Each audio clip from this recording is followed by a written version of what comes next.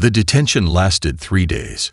Maya sat in her quarters, watching security officers systematically dismantle the array systems. They interviewed each staff member, focusing particularly on those who had been on duty during the signal's arrival. Through her viewport, she could see military vessels in orbit around Europa, their presence an unmistakable statement. On the 4th day, Dr. Chen appeared at her door. "We're leaving," she said without preamble. "Pack only what you absolutely need." "Leaving? How? The whole station is locked down." Chen's smile was tight. "In exactly 17 minutes, there will be an environmental alert in Section 7. It will register as a potential ammonia leak. Non-essential personnel will be evacuated to safety pods while engineers address the situation. You're creating a false emergency." Maya's voice dropped to a whisper. "The breach is real enough. Just carefully timed." Chen checked her watch. 16 minutes. "The maintenance shuttle bay will be minimally staffed during the alert. I've arranged for Shuttle 5 to be prepped for emergency inspection of the exterior array components. And after that, we'll be fugitives. We already are." Chen's expression softened slightly. "Maya, this signal is the most important discovery in human history. Right now, military and intelligence agencies are fighting over who gets to control the information. By the time they finish, the signal's degradation will be complete. We might never understand what it was trying to say." The alarm blared right on schedule. Maya found herself moving with surprising calm, following evacuation procedures along with everyone else until a slight detour took her to the shuttle bay. Dr. Chen was already there, entering coordinates into the navigation system. "The flight plan shows an inspection route," Chen explained as Maya strapped in. "We'll be halfway to Ganymede before they realize we're not coming back." As they cleared Europa's thin atmosphere, Maya looked back at the massive array she'd called home. Its dish-shaped receivers looked like curious eyes staring into the darkness. "Where are we actually going?" she finally asked. "Luna. I have contacts in the scientific underground, people who don't work within institutional constraints." Chen's fingers flew across the controls. "To decode this signal, we need people who think differently than anyone at Europa Station." "You mean illegally?" "I mean innovatively." Chen's eyes remained on the navigation display. "There's a quantum computing specialist named Malik Singh. He was developing algorithms that could interpret patterns humans can't consciously perceive. The military wanted it for cryptography. He refused and lost everything. And you think he can help with an alien signal? He's a start. We'll also need someone who understands language at its most fundamental level." Chen glanced at Maya. "This signal wasn't meant for humans. We don't just need to decode it. We need to understand how a completely alien mind might structure communication." The shuttle's communication system activated. "Maintenance Shuttle 5, this is Europa Security. You are deviating from your approved flight path. Return immediately or—" Chen shut off the system. "They can't intercept us before we reach the Jupiter jump point. Once we hit FTL, they'll lose our signature." Maya watched Jupiter grow larger in the viewport, its swirling storms like watchful eyes. "You've been planning this, haven't you? Even before I brought you the signal. Let's say I've always had contingencies for when science and bureaucracy inevitably collide." Chen's expression was unreadable. "The real question is whether you're prepared for what comes next. Once we reach Luna, there's no going back." Maya thought about her life before the signal. The routine, the boredom, the sense that humanity's grand space adventure had stalled into bureaucratic caution. What's the alternative? Pretend I never heard it. Go back to monitoring empty space. Chen nodded, a hint of approval in her eyes. "Then I'm in," Maya said as the FTL engines engaged, stretching the stars into lines around them. Whatever comes next. The neural interface was a delicate crown of filaments and quantum processors that sat uncomfortably on Jamie's head. Ghost had assembled it from components that Singh insisted couldn't possibly be compatible, yet somehow functioned as a cohesive system. "How does it feel?" Chen asked as Singh made final adjustments. Strange, Jamie replied, her eyes closed, like hearing conversations from another room. Ghost monitored the incoming data streams. The signal is interacting with her neural pathways. Synaptic activity is increasing exponentially. Maya watched nervously as Jamie's breathing quickened. Is this safe? Define safe, Ghost replied without looking up. The first seizure hit without warning. Jamie's body arched, her eyes flying open to reveal only whites. Singh moved to disconnect the interface, but Ghost caught his wrist. Wait, look at the data. The displays surrounding them erupted with new patterns, complex, interwoven structures that pulsed with a rhythm that seemed almost biological. The signal is changing, Chen whispered. No, Ghost corrected. Our perception of it is changing. Jamie is seeing what's always been there. Jamie's body relaxed, her breathing steadying. When she spoke, her voice had an unusual harmonic quality.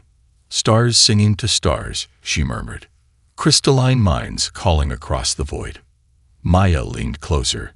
Jamie, can you understand what the signal is saying? Not saying.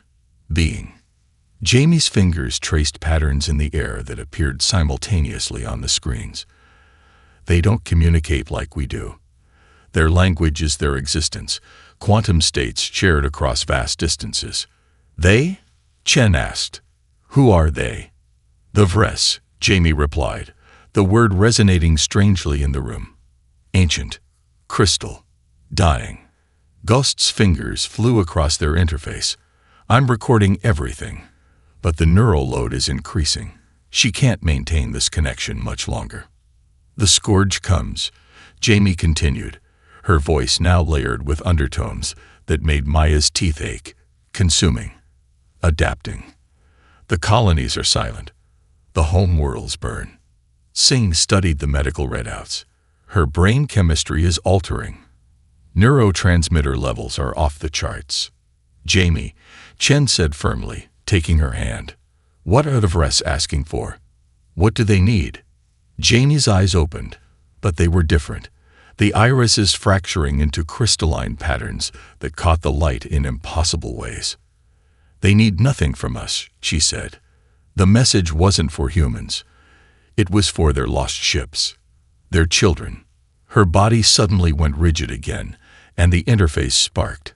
Ghost disconnected it immediately, and Jamie slumped forward into Chen's arms. Vital signs stabilizing, Singh reported after a tense moment. But her neural activity is permanently altered. The signal, it's changed her. 3 hours later, Jamie woke. She sat up slowly, blinking at the room as if seeing it for the first time. How do you feel? Maya asked, offering her water. Connected, Jamie replied. Her voice was her own again, but with a new clarity. I can still feel them, the Vres. Their civilization is beautiful, Maya, built on perfect mathematical harmony. Chen sat beside her. You understand them now? Not completely, but enough. Jamie touched her temple. They've been fighting the scourge for generations. It's a hive organism that consumes technology and biology, incorporating them into itself. The Vres have been losing because they can't adapt quickly enough. Their minds work on pure logic. The scourge is chaos. Ghost projected the latest news feeds on a side screen. The military has gone public with a sanitized version of the signal's discovery. They're calling it anomalous cosmic radiation and denying any intelligent origin. They're afraid, Chen realized. If people knew the truth, we have to tell them, Maya insisted. If the Vres are dying, if this scourge is real, and start a global panic, Singh countered. Governments would lock down completely. Military control would be absolute. Jamie stood shakily, her eyes reflecting light in fractured patterns. You don't understand. The Vres signal, it changes whoever receives it. They encode portions of their consciousness into their communications. That's why the military can't decode it. They're trying to process it through machines, but it needs a living mind. What are you saying? Chen asked. I'm saying I'm not just interpreting their message. I'm becoming part of it. Jamie turned to Ghost's main console and, without hesitation, began operating it with impossible precision. And we need to broadcast what I know to everyone. Now. Ghost watched her with fascination. You're accessing quantum encryption protocols that took me years to develop. Because I can see them, Jamie replied simply. The Vres exist partially in quantum space. So do I now. She paused, looking at the team. We have a choice. Follow protocol and watch an ancient civilization die, or act with the one advantage humans have that the Vres don't understand. Which is? Singh asked. Jamie smiled, the fractured light in her eyes brightening. Empathy. The global broadcast lasted exactly 8 minutes and 43 seconds before coordinated military interventions shut down Ghost's transmission network. It was enough. Jamie's message, combining verbal explanation with haunting visual patterns that seemed to move in more dimensions than a screen should allow, reached billions. The response was immediate and overwhelming. Riots in 15 major cities, Ghost reported, monitoring news feeds, religious gatherings in 37 more. 3 governments have already declared states of emergency. Singh shook his head. We've destabilized global society in less than an hour. We've told them the truth, Maya countered. They deserve to know. The argument was cut short by a proximity alarm. Ghost's security screen showed military units converging on their location from multiple directions. Someone traced the broadcast. Ghost said, already initiating emergency protocols. We have minutes at most. We need to move Jamie, Chen insisted. Her connection to the Vres is still developing. If the military takes her. Too late for that, Ghost interrupted, checking external cameras. They've deployed sonic disruptors. The tunnels will be impassable. Jamie stood calmly in the center of the room, seemingly unconcerned with their imminent capture. They're coming, she said. Yes, the military, Maya began. Not them. Jamie pointed upward. The Vres. They felt the response. She turned to Chen with eyes that now resembled fractured diamonds. My transmission didn't just reach Earth, Dr. Chen. It reached them. As if in confirmation, the facility's power grid suddenly failed. Emergency lights activated, casting the room in a red glow that made Jamie's crystalline eyes glitter ominously. That's not the military, Ghost said, checking their independent systems. Something just drained all power sources simultaneously. A high-pitched hum built around them, rising beyond the range of human hearing before dropping back into perception. The air shimmered, molecular structure visibly altering as reality itself seemed to bend. What's happening? Singh demanded, backing toward the exit. Quantum displacement, Jamie replied with unnatural calm. They're creating a bridge. The center of the room distorted, air twisting into impossible geometries before splitting open like a wound in space. Through the rift emerged a shape that hurt the eyes to observe. Crystalline, multifaceted, existing partially in dimensions beyond normal perception. The Vres visitor stabilized into a form more comprehensible to human senses, a tall, angular being composed of translucent crystal facets that shifted and realigned with each movement. Light pulsed within its structure in complex patterns. Jamie approached it without fear. I am the receiver, she said in that resonant, layered voice. The crystalline being extended what might have been a limb. Where it touched Jamie's outstretched hand, her flesh shimmered and partially crystallized, the transformation spreading slowly up her arm. Chen moved forward instinctively to intervene, but Maya caught her arm. Wait, she whispered. Jamie isn't afraid. The Vres visitor emitted a complex series of light pulses that Jamie somehow translated. They detected my signal because it contained elements of their consciousness merged with human neural patterns, something entirely new that caught their attention. She turned to her companions. They bypassed conventional space travel to investigate directly. Ghost's security system flashed urgent warnings. Military forces breaching the outer doors. 60 seconds to entry. The Vres being turned toward the alerts, its crystalline body refracting the emergency lights into complex patterns. More pulses of light emerged from its core. They're confused by our fear, Jamie explained. The Vress don't understand why we would hide knowledge of interspecies contact. She paused, receiving more light patterns. They're even more confused by the approaching humans who seem intent on stopping communication. Can they help us escape? Chen asked pragmatically. Jamie conferred with the visitor through more light exchanges. Yes, but they want to understand why humans responded to a signal that wasn't meant for them. They find our behavior mathematically improbable. Maya stepped forward. Tell them we responded because that's what humans do. We hear a call for help. We answer, even if it wasn't meant for us. The crystalline being tilted what might have been its head, light patterns shifting rapidly within its structure. They find this concept fascinating, Jamie said as the military forces reached the final door. And they've decided we're worth studying further. The air around them began to shimmer once more as the Vress visitor extended its crystalline field to encompass them all. I hope you're ready, Jamie said as reality began to fold around them. They have questions, many questions. The Vress vessel defied human architectural logic. Corridors shifted configuration seemingly at random, walls phased between solid and translucent states, and gravity oriented itself according to principles beyond conventional physics. For Maya, Singh, and Chen, moving through the ship required special suits that projected stabilizing fields around them. Only Jamie and Ghost moved comfortably through the alien environment. Jamie because of her ongoing transformation. Ghost because they had immediately adapted to thinking in higher dimensional patterns.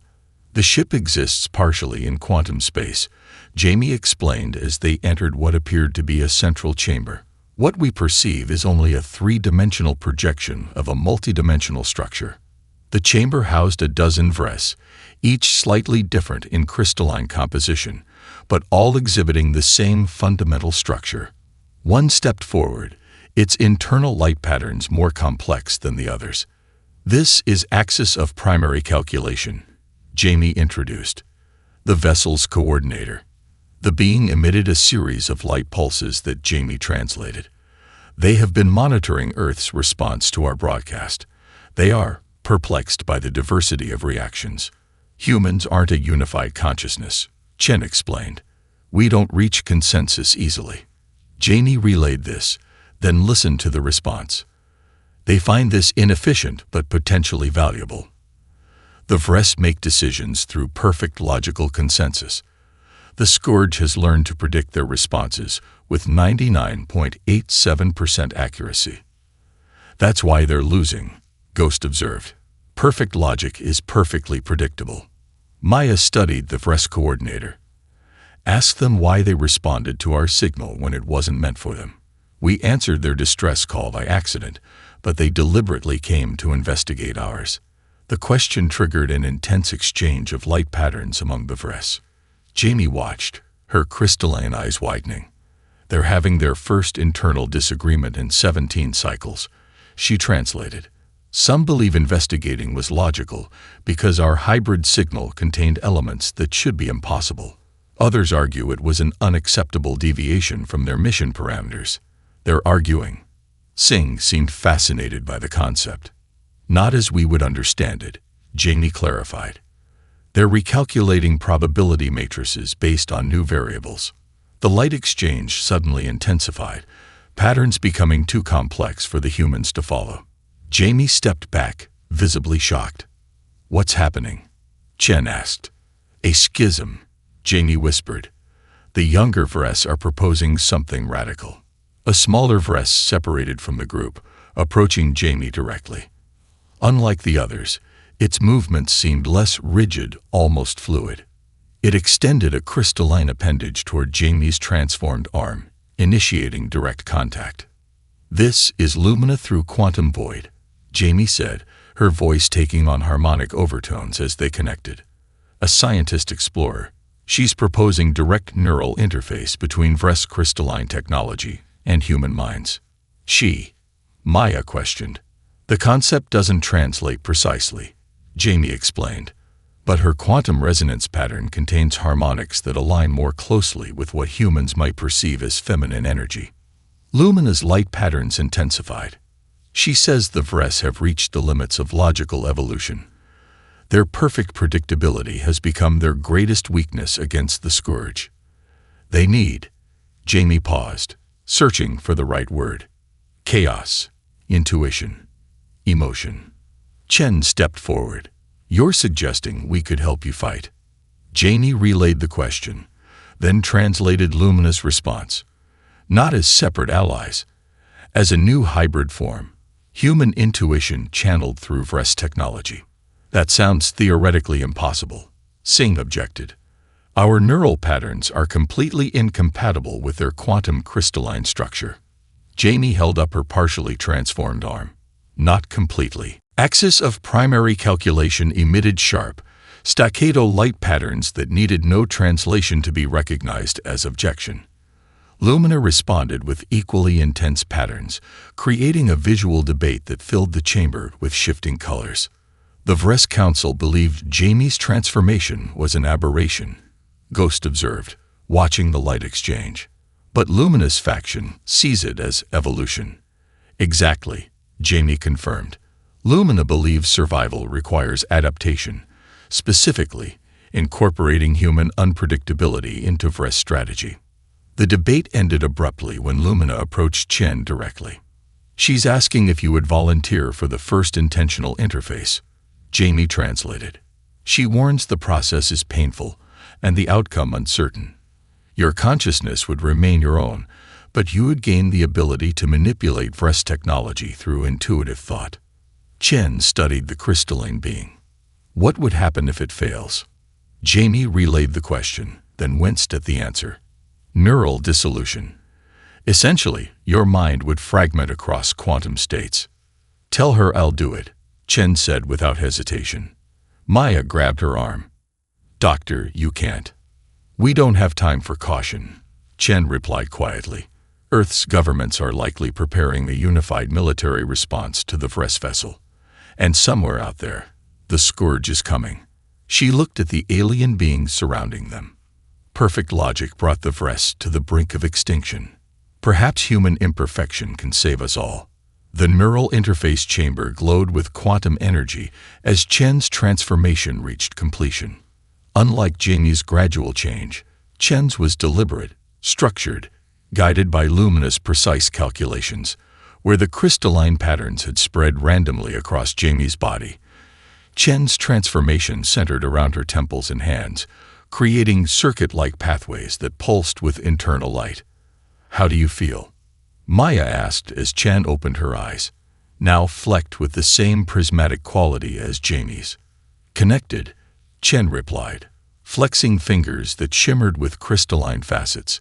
It's like having access to an entire civilization's knowledge, but through intuition rather than data. Lumina's light patterns rippled with approval. She says the integration exceeded expected parameters, Jamie translated.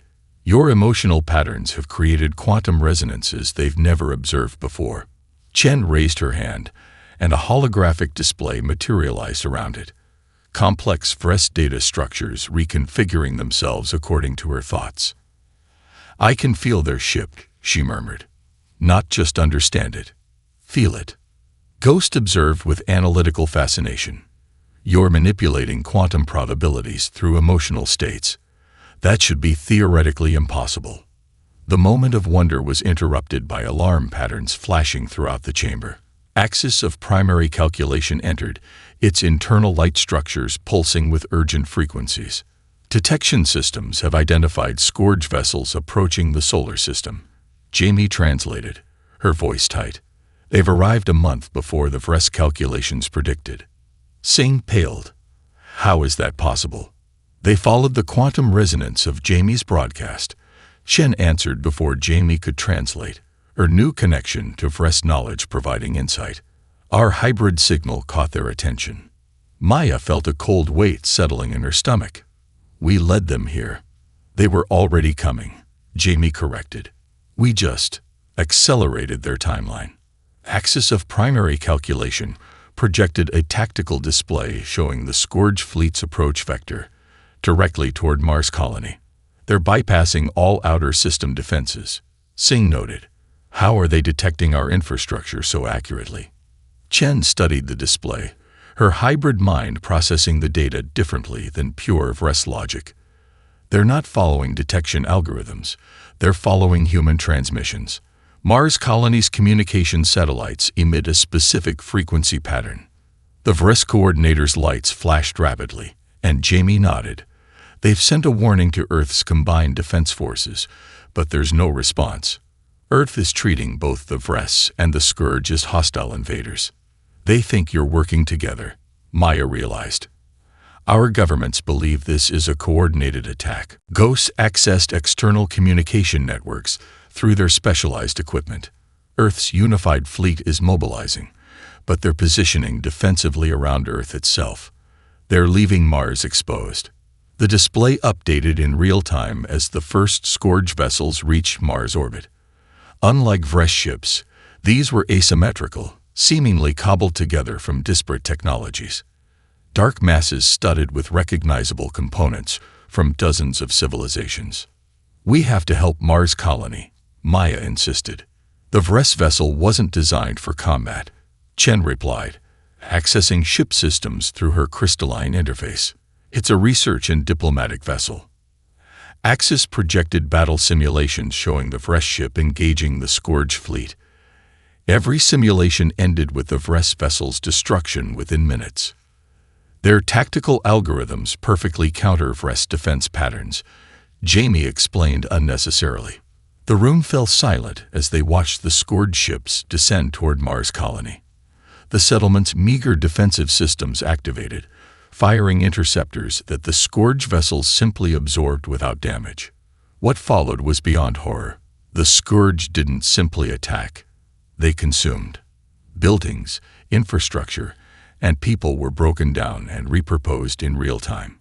Within minutes, Mars colony had been transformed into a grotesque fusion of human technology and Scourge biological components. Those are people, Maya whispered as humanoid shapes emerged from the restructured colony, still recognizably human but altered, with Scourge technology fused into their bodies. The Scourge adapts through absorption, Jamie said quietly. It doesn't just take technology. It takes biology, neural patterns, everything. The corrupted human forms began broadcasting on all frequencies, distress calls in perfect human voices. Chen's crystalline fingers clenched. They're using human distress signals to lure rescuers. And it's working, Ghost confirmed, monitoring Earth communications. Earth Defense Force ships are breaking formation to respond. Axis of primary calculation flashed urgent warning patterns. It's a trap, Jamie translated. The Scourge is drawing Earth's forces into an ambush. Once they engage, the main Scourge fleet will attack Earth itself from the opposite approach vector. Chen turned to Lumina, their eyes meeting in silent communication beyond words. After a moment, Chen nodded. We have a plan, she announced, but we need to work fast. Commander Fatima Reyes of the Earth Defense Fleet watched the tactical display with growing dread. The Mars colony distress calls were clearly genuine. The video feeds showed civilians running from shapes that defied description. Standard protocol demanded immediate response. Yet something felt wrong. Hold position, she ordered, silencing protests from her bridge officers. Those distress calls are too perfect. Sir, there are civilians, her second-in-command began. No, Reyes cut him off, studying the patterns. The Scourge took the colony 19 minutes ago. Those aren't survivors anymore. Her tactical officer paled. How can you be certain? Reyes couldn't explain that her certainty came from personal loss. Her brother and his family had been stationed on Mars. The communication pattern in the distress calls matched standard protocols exactly, something her perpetually disorganized brother would never manage, even in crisis. It's a trap, she stated flatly. All vessels maintain Earth orbital defense formation. That's an order. As her officers reluctantly complied, A new signal cut through their communications, neither Earth nor Scourge in origin. A holographic projection materialized on the bridge. A woman with crystalline growths along her temples and hands, standing beside an alien form that shimmered with internal light. "Commander Reyes," the woman said, "I'm Dr. Eliza Chen. I don't have time to explain everything, but you need to listen." Reyes signaled security to trace the transmission, while keeping the projection talking. "You're the fugitive from Europa Station." "Yes, I'm currently aboard the Vres vessel. They are not hostile, Commander. The Scourge is our common enemy, and they've set a trap for your fleet." Reyes studied the alien beside Chen. "You appear to have been compromised, Doctor." "Enhanced, not compromised," Chen corrected. "The interface allows direct communication with Vres systems." She gestured, and tactical projections appeared alongside her. "The main Scourge fleet is approaching from the opposite vector, using Mars as a distraction. They've analyzed human tactical responses and know exactly how Earth forces will react." The projection matched what Reyes' instincts had already suspected. She hesitated, torn between protocol and pragmatism. "How do you propose we fight an enemy that can predict our every move?"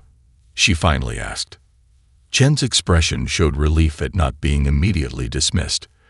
"The Vres have been fighting the Scourge for centuries, but their logical patterns are too predictable. Humans have something the Scourge can't calculate: emotional decision-making." "You're suggesting we fight based on feelings rather than tactics." Reyes didn't bother hiding her skepticism. "I'm suggesting we fight based on your humanity," Chen replied. "The Scourge adaptation algorithms can't process concepts like grief, hope, or sacrifice without logical parameters." Lumina emitted a complex pattern of light that Chen somehow understood. "We need to combine fleets," Chen continued, "but not in any formation the Scourge would recognize. Each ship needs to operate on parameters they can't predict, such as music, Commander, poetry, personal memories, anything distinctly human that doesn't follow mathematical patterns." Before Reyes could respond, alarms blared across her bridge. The main Scourge fleet had appeared precisely where Chen's tactical projection had indicated, bypassing outer detection systems. "How did they?" "They exist partially outside conventional space," Chen explained urgently. "Commander, I'm transmitting interface protocols to your fleet now. They'll allow your ships to communicate with Vres vessels without conventional signals the Scourge can intercept." Reyes watched as the first wave of Scourge vessels engaged Earth's orbital platforms, absorbing defensive fire without apparent damage. "What exactly are you proposing, Doctor?" "A neural-guided battle formation," Chen replied. "Each ship commander makes tactical decisions based on their emotional state rather than strategic algorithms. The Vres ships will provide quantum shield harmonics that adapt to those emotional patterns." "That's insane," Reyes' tactical officer protested. "Yes," Chen agreed. "That's precisely why it might work." As the Scourge fleet advanced, Reyes made her decision. "Transmit your protocols, Doctor. All ships," she addressed her fleet, "prepare to receive new tactical parameters." The interface data arrived, not standard military code, but something else entirely. When Reyes accessed it, music began playing through her neural implant, a haunting melody unlike anything she'd heard before. "What is this?" she demanded. "Vres quantum harmonics translated into human auditory patterns," Chen explained. "Each commander will hear something different, something that resonates with their unique emotional state." For Reyes, the melody evoked memories of her brother's favorite song, the one he played at his wedding on Mars 5 years ago. "Let the music guide your tactical decisions," Chen instructed. "Don't think in patterns. Feel your way through." As the Scourge fleet approached Earth's defensive line, Reyes closed her eyes briefly, letting grief and resolve wash through her. "All ships," she ordered, her voice steady despite the tears on her cheeks, "break formation and engage based on your interface harmonics. Fight with your humanity, not your training." The Earth fleet scattered in what appeared to be complete disarray, until the patterns emerged, not visible to conventional tactics, but flowing like music across space. The Vress vessels moved in concert with them, their crystalline structures resonating with the emotional states of the human commanders. And for the first time in centuries of conflict, the Scourge adaptation algorithms failed. The battle for Earth lasted 27 hours. When it ended, the orbital defense grid was in ruins. A third of the combined human Vress fleet had been destroyed, and the atmosphere was filled with the electromagnetic aftermath of weapons that defied conventional physics. But Earth remained. Inside what had once been the United Nations headquarters in New York, now repurposed as the Joint Species Command Center, Maya watched the final Scourge vessels retreat beyond the solar system. "They're not giving up," she observed. "They're regrouping." Jamie nodded, her transformation now nearly complete.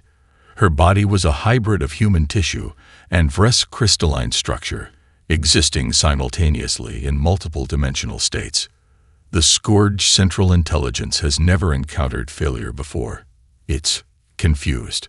Chen entered the room alongside Commander Reyes and Lumina. All three showed signs of exhaustion, but also the strange resonant harmony that came from prolonged neural interface connection. "The remaining Earth governments have agreed to formal alliance with the Vress," Chen announced. "They're calling it the Concordance." "How many governments are left?" Ghost asked. They had emerged as an unlikely liaison between human technical teams and Vress quantum engineers, their mysterious identity no longer relevant in a world where humans were voluntarily transforming themselves into crystalline hybrids. 68, Rise replied grimly. The Scourge targeted political and military command centers specifically. They were trying to induce civilization collapse. A logical tactic, Jamie noted dispassionately. They've succeeded with 17 previous species using that approach. Maya studied her friend with concern. Jamie spoke less and less like a human every day. "Are you still with us, Jamie?" Jamie's fractured eyes focused with visible effort. "Parts of me. The rest." She gestured vaguely at the air around her. "I'm spreading across the quantum network. The Vress consciousness is calling me." Singh entered, carrying new interface prototypes. His hands now showed the beginning crystalline structures of early transformation. The modified interfaces are ready. These should allow for temporary connection without permanent transformation. Good, Chen nodded. The fewer full transformations, the better. We need to maintain human unpredictability. Reyes activated the central holographic display, showing the Scourge fleet regrouping near Neptune. They'll be back within days, with new adaptation algorithms.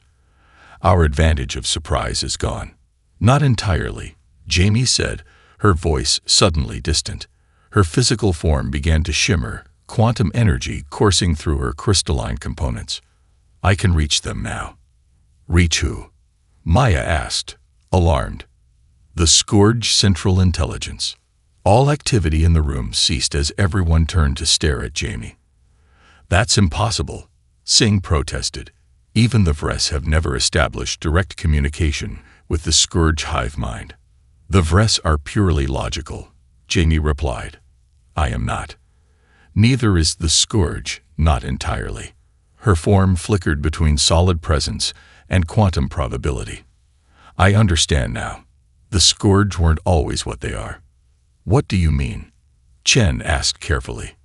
They were prey, Jamie explained, her voice layering with harmonics that made the air vibrate. A species hunted to near extinction. They developed perfect logical adaptation as a survival mechanism, eventually becoming what they are now, a collective intelligence that consumes and incorporates other species' strengths. Why would they travel across galaxies? Rise questioned. If they're simply trying to survive. They're searching, Jamie interrupted. Always searching for something they sensed was missing from their existence. Her crystalline eyes focused on Maya. They've been looking for what humans take for granted. Maya understood suddenly. Emotion. They can't evolve it on their own. Yes, Jamie confirmed. Their expansion isn't just conquest. It's a desperate attempt to incorporate emotional capacity through consumption. But consumption destroys the very thing they seek. Chen and Lumina exchanged glances, their neural connection allowing instantaneous understanding. You're proposing direct emotional transmission to the Scourge, Chen realized. Not as a weapon, but as a gift, Jamie completed. What if, instead of fighting, we offered them what they've been searching for? The room erupted in objections, but Jamie raised a crystalline hand, silencing them with a pulse of quantum energy. I'm not suggesting surrender. I'm suggesting evolution. For all three species. She gestured, and the holographic display transformed, showing not battle plans but interconnected neural patterns, human emotional structures, Vress quantum consciousness, and the consuming void of Scourge adaptation algorithms, all merging into something entirely new. This is beyond reckless, Singh warned. If the Scourge absorbs emotional capacity without ethical frameworks. That's why it must be the right emotions, Jamie replied. Not rage or fear or dominance. Love, empathy, connection. Maya stepped forward, understanding dawning. The signal. The original Vress distress call, we answered. You want to create a new one? Yes, Jamie smiled, the expression strange on her partially crystalline face. A signal meant for everyone.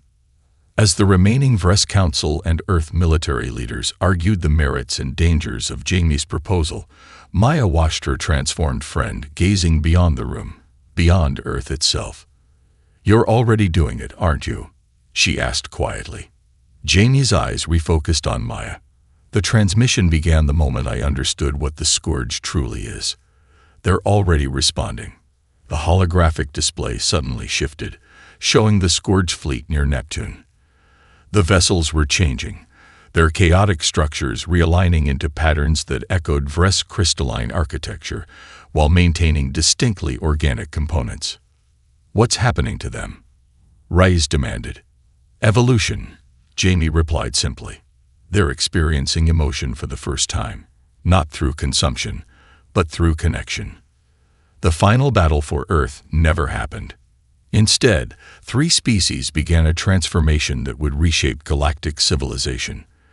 The Vress learned to incorporate emotional intuition into their perfect logic. Humans discovered how consciousness could exist beyond physical form, and the Scourge, renamed the Confluence, found what they had searched for across countless light years. 1 year later, the Europa Deep Space Listening Array was officially reopened, not as a monitoring station, but as an interstellar cultural exchange center. Maya Osei, now its director, welcomed representatives from 17 different species to its inaugural ceremony.